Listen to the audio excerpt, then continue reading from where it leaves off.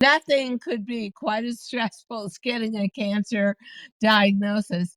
But I thought to myself, oh my God, this is what people do that don't work. They actually get to sit home. They get to watch their favorite soap opera. They get to watch, in my case, horror movies. Yeah. I love it. So it was interesting, even within the realm of cancer, I found a way, in fact, to sort of enjoy it. It Yeah. was like, yeah, And in I some like ways, this it was a one. break from all that toxicity. You had different Exactly. toxicity in the chemotherapy pouring into your body, but at least you weren't drinking Drano anymore, right? Yeah. Yeah.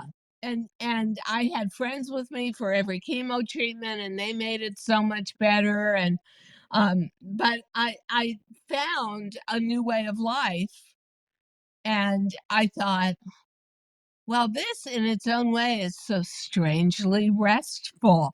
That's how Mm, bad my toxic yeah. situation was. That's pretty bad.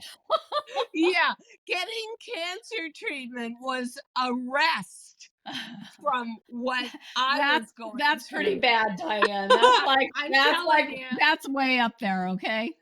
Or way that's down there. yeah, that's why when we got together the first time to talk, I thought, "Oh my God, this is a woman who's gonna totally speak my language, because there's never been anybody who has absorbed as much, I would almost call it threatening stress." And, luckily I made the right decision. So at 78, I think to myself, happy, happy.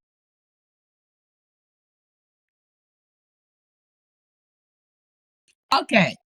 So, as a final question, Dr. Gayla Gorman, what kind of advice would you give to women who are in that sort of toxic, stressful situation? And I think that one of the real, and sadly enough, but truthfully toxic relationships is what is happening now with the preponderance of gray divorce.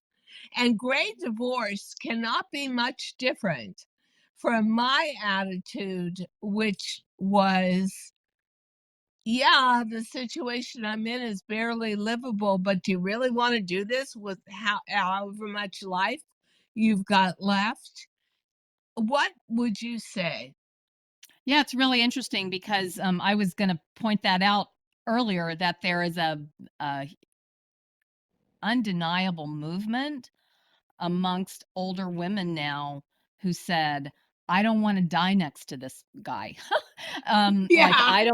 I want something even if I've only got another 10 or so years to live, I wanna enjoy it, and I'm not enjoying it with in a relationship with this person. And so, I would encourage you, if you're in that position, to try a little marriage counseling if you can get them to do that, before you just completely throw in the towel. But the most important thing that I encourage people to do in my book is to become their own PCP, and that's primary care person. If you're not your own primary care person, there nobody else is going to do that job, you know? Like once you were um past your mom's care when you were growing up, you were on your own as your primary care Yeah. person.